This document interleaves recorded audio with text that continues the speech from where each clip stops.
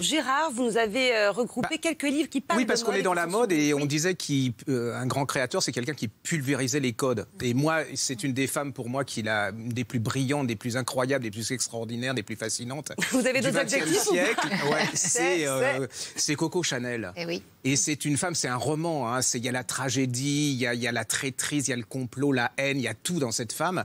Et vient de paraître, vous aviez adoré... Ah oui, alors La Dame du Ritz, voilà. De Mélanie Benjamin, que vous nous aviez recommandé, voilà. qui est et formidable. là, vous allez adorer celui-là. Ça s'appelle Coco et l'eau de l'amour, de Mademoiselle Coco et l'eau de l'amour, c'est chez Fleuve Noir, de Michel Marly. Et alors là, c'est l'histoire de comment est né le 5 de chez Chanel. Alors cette femme, alors on sait qu'elle vient elle est très pauvre, hein, elle va y arriver, elle va presque se prostituer, elle va avoir un amour, c'est l'amour de sa vie, un Anglais qui est un grand bourgeois qui s'appelle Boy. Boy, pour elle, elle va finir sa vie avec, il va se tuer. Il va se tuer, elle va être complètement dépressive. Et il y a une de ses amies, Missia, qui lui dit... Et alors, ils avaient aussi de créer cette eau de toilette parce qu'elle avait ses boutiques comme cadeau pour ses clientes. Et donc, elle va créer cette eau de toilette pour essayer de perpétuer l'amour pour cet homme. Mais ça ne s'arrête pas là. Donc, vous allez voir... Comment ça s'est fait, hein? Pourquoi le numéro 5? Alors pourquoi le numéro 5? Parce que c'était le 5e échantillon, elle l'a lancé le 5 mai, qui était le 5e jour de l'année.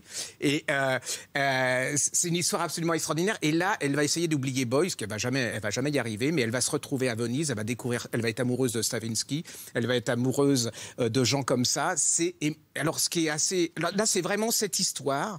Et si ça vous intéresse, le 5 de chez Chanel, ça, c'est pas un roman, c'est la vraie histoire du 5 de chez Chanel. Alors c'est un peu tragique. Hein. Il y a des choses absolument abominables. Enfin, ça veut dire qu'on ne portera plus de 5 de Chanel après avoir lu ce livre? Oui, non, mais... Il faut dissocier.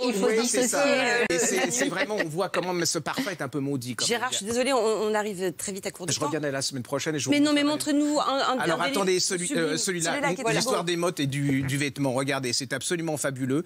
Alors il y a l'alliance du texte et des images. C'est une merveilleuse histoire du vêtement à travers l'histoire. C'est vraiment une référence et c'est une bible. Si vous aimez les vêtements, si vous aimez... Et en plus, c'est lisible par tout le monde. C'est-à-dire que j'ai compris, donc vous pouvez y aller.